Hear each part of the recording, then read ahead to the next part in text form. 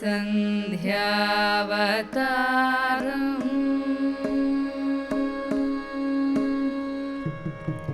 ಸಂಧ್ಯಾವತಾರಂ ಲಕ್ಷ್ಮೀ ನೃಸಿಂಹಂ. ಯಾವ ಆಯುಧದಿಂದಲೂ ನನಗೆ ಸಾವು ಬರಬಾರದು ಅಂತ ಹೇಳಿ ನಾನು ಚಿರಾಯು ಆಗಿರಬೇಕು ಅಂತ ಹೇಳಿ ಹಿರಣ್ಯಕಶಿಪು ವರವನ್ನ ಬೇಡ್ತಾನೆ. ಸಕಲೇಷ್ಟರದಂ ಪರಿಪೂರ್ಣ ರೂಪಂ